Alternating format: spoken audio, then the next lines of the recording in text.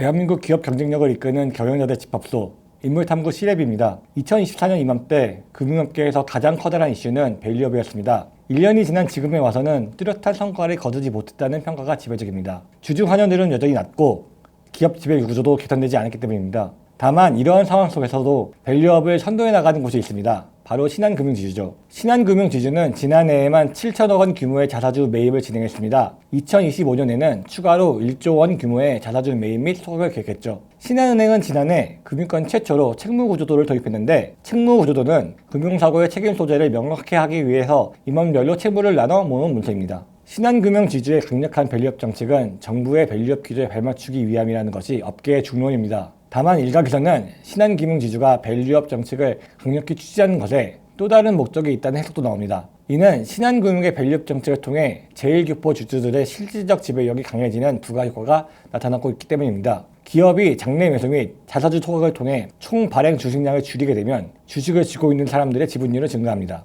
실제로 발행 주식 총량의 조정을 통해 지분율을 건드리는 행위는 일반적으로 우호 지분의 지배력을 조정하기 위한 방법으로 사용됩니다. 과거 조용병 전 신한금융지주 회장은 사모펀드 유상 증자를 진행했는데, 이는 제1교포 주주들의 영향력을 줄이고 자신의 우호 지분을 늘리기 위한 것이었다는 비판을 피하지 못했죠. 반면 강력한 밸류업 정책을 추진하고 있는 진옥동 신한금융지주 회장은 일본 주주들과 돈독한 관계성을 유지하고 있는 것으로 알려졌습니다. 진옥동 회장은 1997년 오사카 지점으로 발령받으면서 일본과의 인연이 시작했습니다. 이후 한국으로 잠시 돌아왔으나 다시 오사카 지점장을 맡으며 일본과의 관계를 이어갔죠. 이후 일본 SDH캐피탈 사장, SBJ은행 법인장 등을 맡았습니다. 진옥동 회장이 일본에 거주했던 기간을 전부 합치면 약 18년에 이릅니다. 진옥동 회장은 이 기간 일본 금융권 전반에 걸쳐 광범위한 인맥을 쌓았습니다. 제1교포 주주 원로들의 모임인 제1교포 간친회와도 이 시기 친밀한 관계를 구축했죠. 그 뒤 진옥동 회장은 신한은행장 등을 거쳐 회장 자리를 차지했습니다. 이 과정에서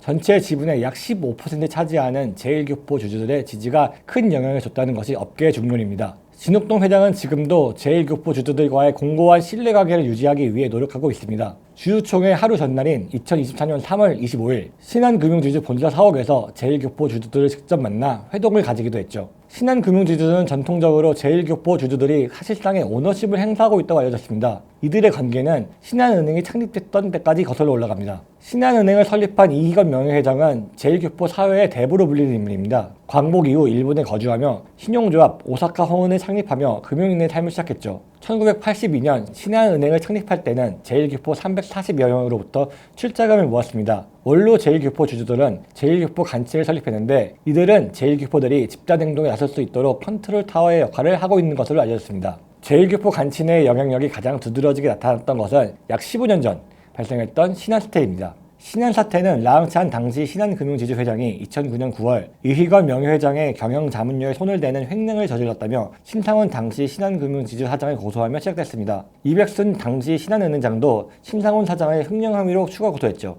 이에 신상훈 사장은 라항찬 회장의 지시로 정치권 실세에게 건네 대통령 당선 축하금을 마련하는 과정에서 발생한 일이라며 맞불을 놓았습니다. 신한금융 지주의 최고위급 임원 3명이 싸움을 벌이자 제1교포 주주들이 이들을 일본으로 불러들였습니다. 최고위급 임원 3명이 자신들의 입장을 설명하기 위해 단걸음을 일본으로 살려가는 모양새가 된 거죠. 이후 제1교포 주주들은 문제를 일으킨 3명이 모두 사퇴해야 한다는 입장문을 발표하며 3명을 압박했습니다. 실제로 이 3명은 얼마 버티지 못하고 신한금융지주를 떠나게 됩니다. 과연 신한금융지주의 밸류업 정책의 행방은 어떻게 될까요? 자, 오늘 시랩은 여기까지.